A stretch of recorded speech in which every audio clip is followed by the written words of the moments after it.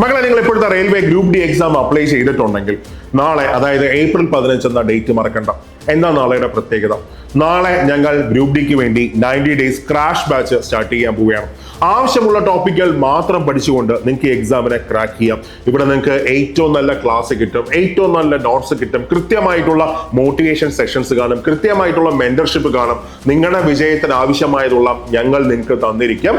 അപ്പോൾ നാളെ വൈകുന്നേരം 5 മണി നമ്മൾ ക്ലാസ് സ്റ്റാർട്ട് ചെയ്യുന്നു. അപ്പോൾ ജോയിൻ ചെയ്യാൻ ആഗ്രഹിക്കുന്നവരൊക്കെ എത്രയും പെട്ടെന്ന് തന്നെ സൂപ്പർ നോട്ട്സിന്റെ ആപ്പ് ഡൗൺലോഡ് ചെയ്യാം.